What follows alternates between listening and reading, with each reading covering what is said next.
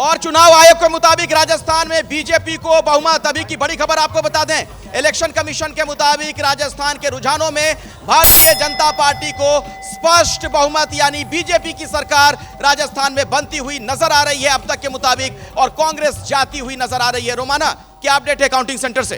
बड़ी खबर इस वक्त, और देखिए यहाँ पर मध्य प्रदेश को लेकर बड़ी खबर आ रही है। मध्य प्रदेश सीट नरेंद्र सिंह तोमर आगे, लेकिन लक्ष्मण सिंह दिग्विजय सिंह के भाई पीछे। मतलब बीजेपी आगे और कांग्रेस पीछे, यही समझा जाए? मध्य प्रदेश में ये पहले से क्लियर था। आज से 1 महीने पहले ये सिचुएशन बन चुकी थी। वहां जिस तरह से कांग्रेस ने ग्राउंड लूज किया और जिस तरह से मोदी फैक्टर जो वहां चला है, उसने ये 1 महीने से ये क्लियर कर दिया था कि बीजेपी की सरकार बन रही है। एमपी के मन में मोदी, एमपी के मन में मोदी साबित हो रहा है। जी बिल्कुल, मोदी की ही करिश्मा है ये।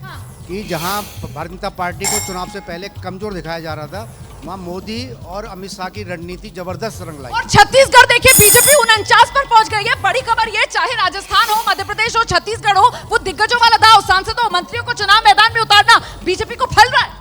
बिल्कुल, और रोमाना जी देखिए, पूत के पांव पालने में दिख जाते हैं। आप देखेंगे तो राजस्थान के भीतर सभी रीजन में बीजेपी बढ़त बनाई हुई है। खासतौर पर जो पायलट का घर रहा है, उस रीजन में पायलट सफर कर रहे हैं, कांग्रेस के प्रत्याशी लगातार सफर कर रहे हैं। और इसी तरीके से अजमेर जयपुर रीजन में भी आप देखेंगी तो ठीक है कि मुख्यमंत्री। और ये तस्वीर देख लीजिए जरा, ये लड्डू बंटते हुए नजर आ रहे हैं। ये हैदराबाद की तस्वीरें, सिर्फ हैदराबाद में ही लड्डू बंट सकते हैं कांग्रेस के दफ्तर में, बाकी जगह तो लड्डू नहीं बंटने की स्थिति में है कांग्रेस। तेलंगाना में ही कांग्रेस दफ्तर में लड्डू बंट रहे हैं।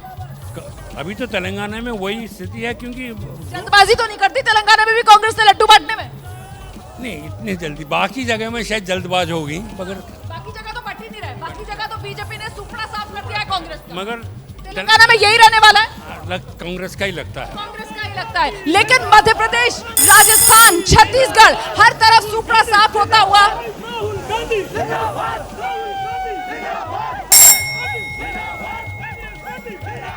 तो हैदराबाद में कांग्रेस का जश्न आप देख रहे हैं, और सिर्फ तेलंगाना से ही फिलहाल कांग्रेस के लिए अच्छी खबर है, जहां कांग्रेस जश्न बना सकती है। नहीं तो कांग्रेस के लिए तो तमाम मुश्किलातों की शुरुआत आप कह सकते हैं, क्योंकि ये सत्ता का सेमीफाइनल मुकाबला कहा जा रहा था 2024 से पहले, और क्या ये सेमीफाइनल मुकाबला कांग्रेस हार गई है? फिलहाल तो ऐसा ही लगता है। राजस्थान को लेकर विजय जी, जो प्रधानमंत्री मोदी ने कहा था कि 3 दिसंबर और जादूगर छू मत कर, ये तो बिल्कुल वही होता हुआ दिख रहा है। ठीक है, और इलेक्शन कमीशन की तरफ से भी राजस्थान में लीड हो गई है भारतीय जनता पार्टी को। 100 सीट्स पर वो वहाँ पर पहुँच गई है, और जो कहा जा रहा था बार बार कि वसुंधरा जी को हटाने का कोई नुकसान होगा, वो नुकसान यहाँ नहीं दिखाई दे रहा। और मोदी के चेहरे के साथ साथ जो एक कलेक्टिव लीडरशिप की बात की थी, उसका फ़ायदा भारतीय जनता पार्टी को मिला है, और अशोक गहलोत का जादू जो है फिलहाल चलता नहीं दिखाई। राजेश जी, इसका मतलब क्या निकाला जाए अगर कांग्रेस इस तरीके से राजस्थान में पिछड़ रही है? इसका सीधा अर्थ ये है कि मोदी का जादू चला। मैंने पहले भी कहा है कि वसुंधरा एक स्थानीय सबसे बड़ा चेहरा था मध्य प्रदेश में। शिवराज और रमन सिंह वहाँ चेहरे, उन चेहरों को बंद कर दिया गया, एक तरह से बंद कर दिया गया। तो इसके बाद फिर सिर्फ मोदी का चेहरा चला। लेकिन भूपेश बघेल को क्या हो गया दिवांग? आपने तो अभी इंटरव्यू भी उनका किया था। या भूपेश बघेल का आप ये कह रहे हैं, पर अगर चुनाव आयोग का भी आंकड़ा देखें तो 24-22 है। हम जो दिखा रहे हैं अभी जो रुझान है, कांग्रेस 46, बीजेपी 42।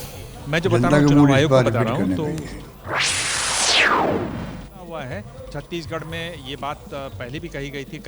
कल भी मैंने शो पे कहा कि छत्तीसगढ़ में जो साउथ में खासतौर पर जो ट्राइबल इलाका है, वो उनको लगा कि बहुत वहाँ पर मुश्किल हो सकती है। और अभी की बड़ी खबर बता दें, इलेक्शन कमीशन के मुताबिक मध्य प्रदेश में बीजेपी को बहुमत, 115 सीटों पर बीजेपी आगे, यानी कि मध्य प्रदेश में बीजेपी की सरकार बनती हुई नजर आ रही है। चुनाव आयोग के जो जानकारी दी गई है, जो आंकड़े रिलीज किए गए हैं, उसके मुताबिक अभी का बहुत बड़ा अपडेट। अक्कू जी कुछ कहना चाह रहे थे? मध्य प्रदेश में इलेक्शन कमीशन के हिसाब से 116 सीटों पर हो गया है, और कांग्रेस जो आ गई है वो 40-42 पे आ गई है। तो यानी कि अंतर इतना बड़ा हो गया कि कितना भी कूद फांद होगी कुछ नहीं होने, इसमें बदलाव नहीं होने जा रहा है, लगभग यही नतीजे रहेंगे। कतई नहीं, कतई। अबे जी, उसके बाद मुझे काउंटिंग सेंटर जाना है।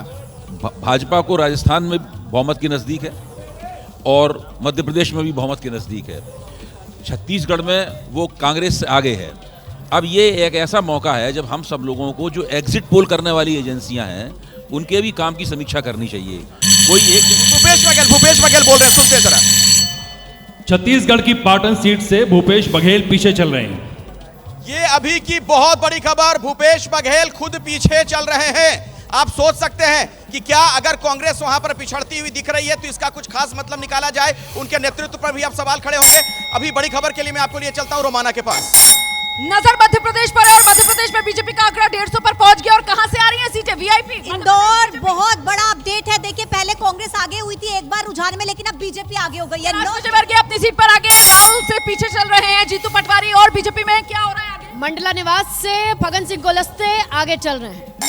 निवास से फगन सिंह कुलस्ते अपनी सीट पर बढ़त, मतलब दिग्गज उतरे और आसपास की सीटों पर भी प्रभाव। और ये जश्न की तस्वीरें बीजेपी के फेवर से आनी शुरू हो गई हैं। जरा दिखाते हैं आपको किस तरीके से हाथ में कमल है और इंदौर में बीजेपी का जश्न शुरू है।